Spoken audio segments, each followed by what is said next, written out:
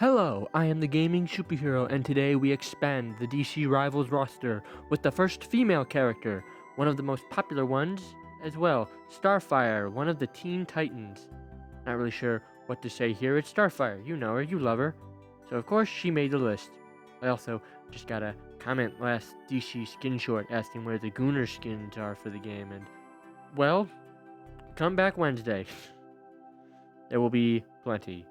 Honestly, gonna have to put real effort in to make it not all that type of skin.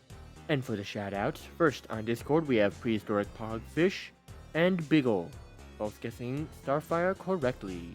Good job, guys. And then on YouTube we got a bunch of people. We got Jethro Ewan 8750, Mind of the Lion 712, That One Art Guy, NASCAR Dickinson 2319, and Juliac 1508. Good job, everybody. A lot of people making multiple guesses this week, which, I'm not mad about. I just find it interesting that this was the one where a lot of people put multiple guesses out there. Coriander, aka Corey Anders, aka Starfire, first appeared in DC Comics Presents number 26. Not Teen Titans, technically. The Titans are in this, but it's not their book. This comic has multiple stories in it, first being some Superman Green Lantern nonsense nobody cares about.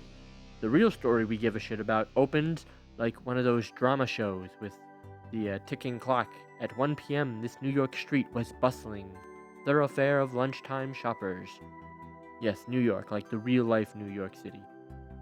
There was this era in DC where they had their fictional cities like Metropolis and Gotham alongside real world cities for some reason.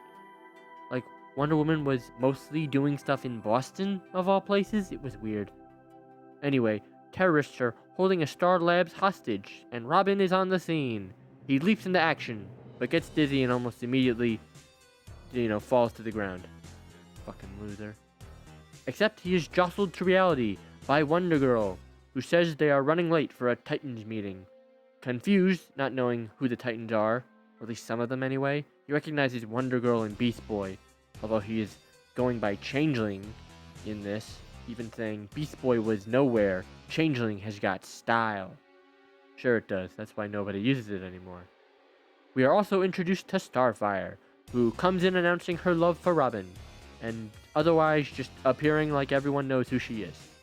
Raven finally arrives to explain why she summoned everyone. Some dude opened a hole to another dimension and released the Blob. Essentially like that old 50s horror movie. The Titans away! Or let her rip, as Beast Boy says. They haven't quite figured out the Titans go catchphrase. They start to fight the Blob when Robin snaps back to reality and is once again alone, facing a terrorist cell. He scales the building only to again end up fighting the Blob. The Titans try everything until Cyborg comes and shoots it with a sound blast that weakens it. The Blob retreats to Star Labs, where Cyborg tries to dip out, but is stopped when the Blob attacks. The Titans fight it, but the scientist who unleashed it is still here and has a plan to return it to its universe. They trap it in the room, and Starfire pushes it back through the hole, and blows up the computer to close it. Hooray! It is then revealed the scientist is Cyborg's father.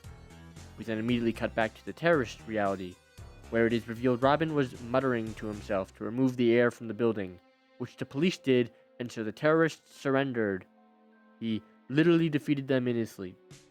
Robin then goes home, hoping sleep will give him answers, but it is revealed that the whole Blob story was a vision of the future, given to him by Raven. Why? Well, to sell people on a new Teen Titans book, of course. That is where the story ends, my friends. What a ride. Gotta be one of the most nonchalant character introductions I've ever seen. And while I didn't check, I'm willing to believe this is also the introduction for Cyborg and Raven, which makes this whole thing crazier. Overall, a fun story that does, if nothing else, gets you curious about how the new Titans form and where some of them come from. Starfire is a duelist. Her personality could have made for a decent support, but generally, I feel the kit overwrites it. Plus, I put enough female characters into the support role. I really don't need one more. Her primary fire is her Starbolts. a precise projectile that creates a small explosion on impact, similar to Iron Man's primary. She also has a movement ability that allows her to move at increased speed in any direction, like Human Torch. She's also a flying character, because I forgot to mention it at the beginning as usual. I also decided to give her a special melee. I don't know how much she'd use it, but whatever. I gave Superman a primary melee while making him a flyer, so, whatever. The melee can be charged, allowing her to charge forward and deal increased damage on impact, as well as creating an explosion to hit nearby enemies as well. A nice basic flyer base kit. But now, onto the abilities proper. Ability 1 is Burning Beams. Shoot a sustained beam for a few seconds, leaving a trail of fire that damages enemies over time. You can also just damage enemies directly with this beam if you're so inclined. A very simple area control tool. Really needed to differentiate it from Superman eye lasers, and I think I did that.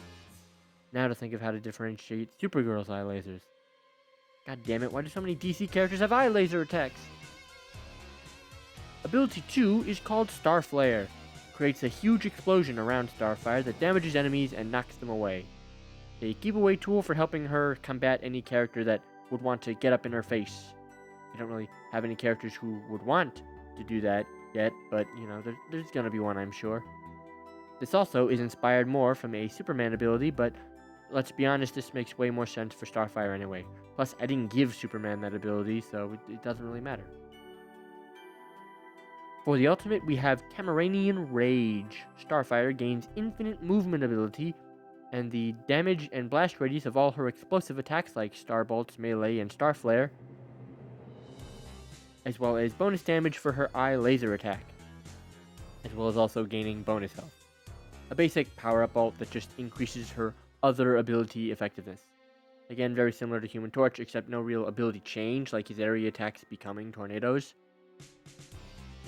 Very simple ult, but I don't think I have one of these, just sort of, I don't know what you'd call it, honestly, because, if it were a fighting game, it'd be an install super, but obviously that's not entirely how I would describe it for a hero shooter. I don't know what you'd call this kind of ult. We really need a term for the different kinds of ults. But, whatever, moving on. I also gave her a team-up with her teammate, Cyborg, who is on the roster. However, the problem is I have not made the Cyborg kit yet, and trying to think of a team-up when I don't really know how one of their kits will work is, not the best idea. So, I am pushing it back to the Cyborg kit, whenever that is. So, be sure to come back next time on Dragon Ball Z to see what the team-up is, or if you're seeing this in the future, check to see if it's already up, and you can jump right in. But otherwise, that's all I got for the team-up. Absolutely nothing. With that is, most of how I would add StarFire to a DC Rivals. A nice simple flyer character. We will get to more complicated kits for the DC roster at some point, but for now, we start with the simpler, beginner-friendly options to get people in. Overall, very happy with how it came out. Probably the must-pick for any Human Torch players, given how much of that character I put into this kit. One of the benefits of hypothesizing your own roster is you can just take the kit of other hero shooter characters, and it's fine. It's just expected at a certain point. Makes my job easier. But it would be cheating to literally just say this character has all the same abilities of this other character, so I do have to change a few things, keep it interesting. But remember to subscribe and like the video. I play games of Rivals every Wednesday, so join the Discord if you're interested. I also post exclusive daily polls in there as a bonus. Let me know what skins you would give StarFire if she came to a game like this, and see if it makes the cut for Wednesday's short.